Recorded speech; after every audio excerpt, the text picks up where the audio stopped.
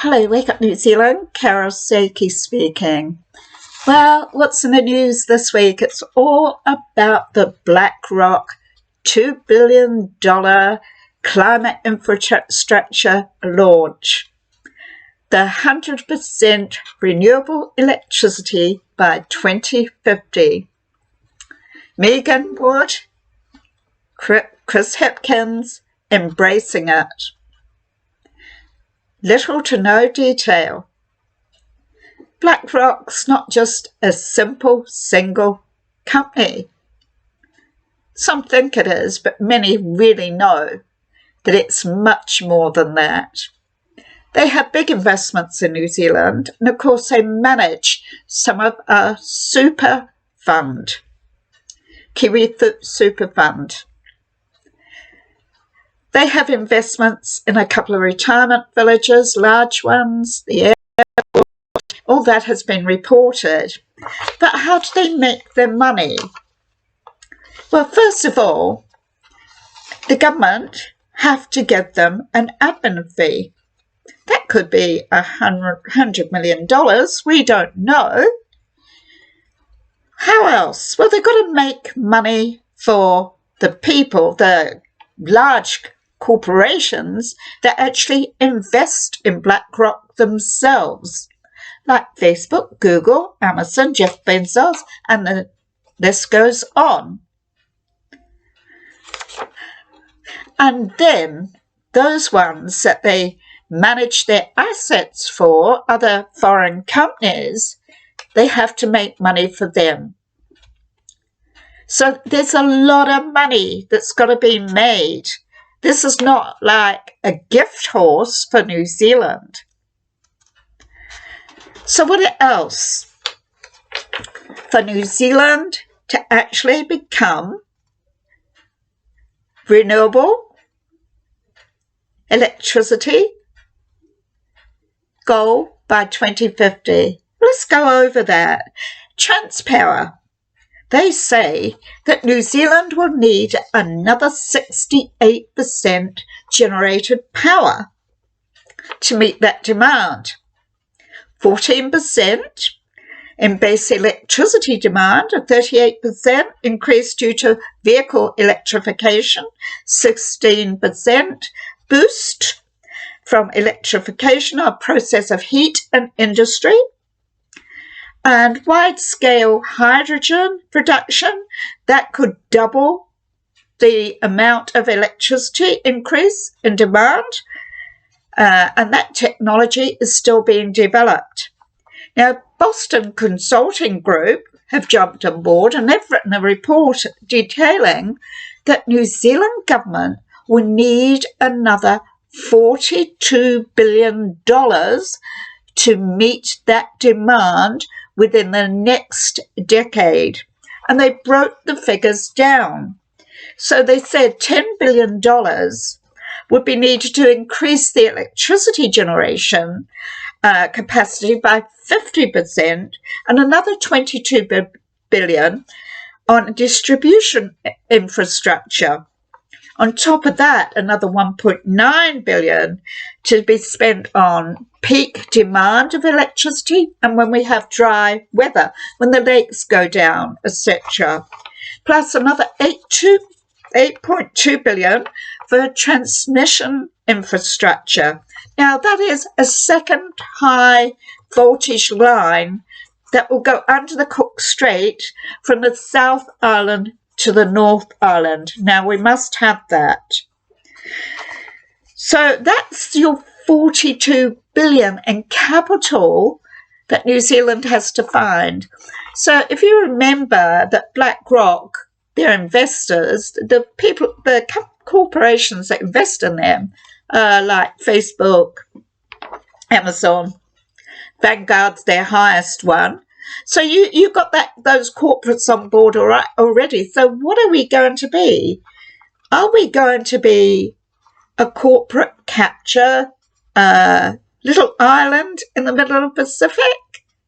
Are we going to be the guinea pig state for corporate capture globally?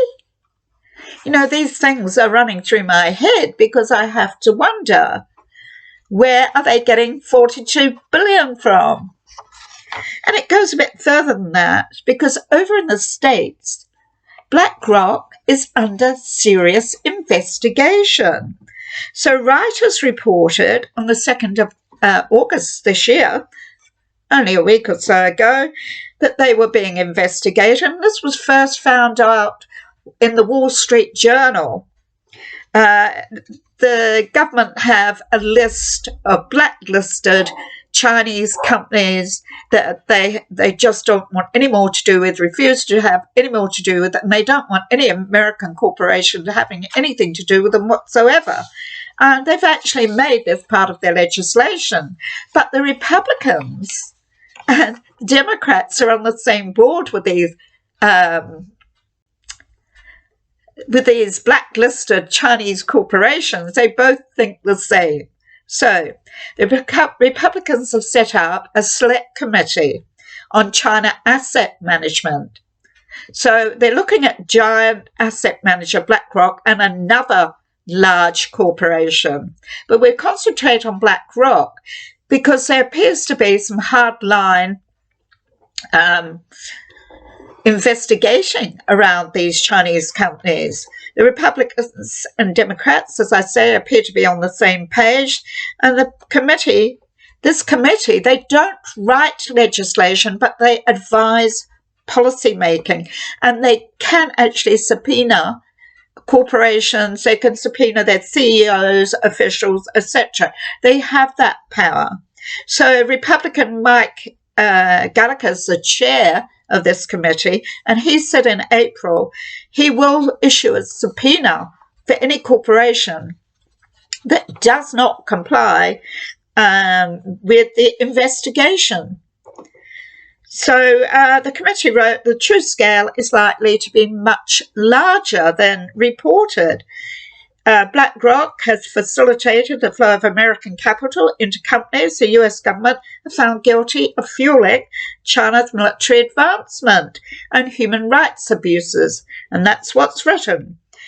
BlackRock and other large corporations have reported as facilitating the flow of American capital into these companies.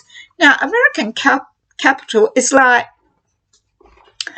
if you think about it, which they do, they manage our asset funds for, they're our asset fund manager for Super Ann, Kiwi Superannuation Fund.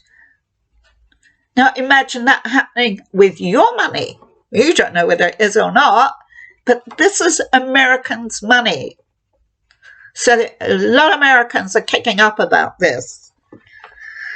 So writers included in their report the House of Representatives Select Committee on the Chinese Communist Party, because they're investigating this. They said that the CCP, it was said in letters dated Monday, that was that week, in the writers' report, that this had happened.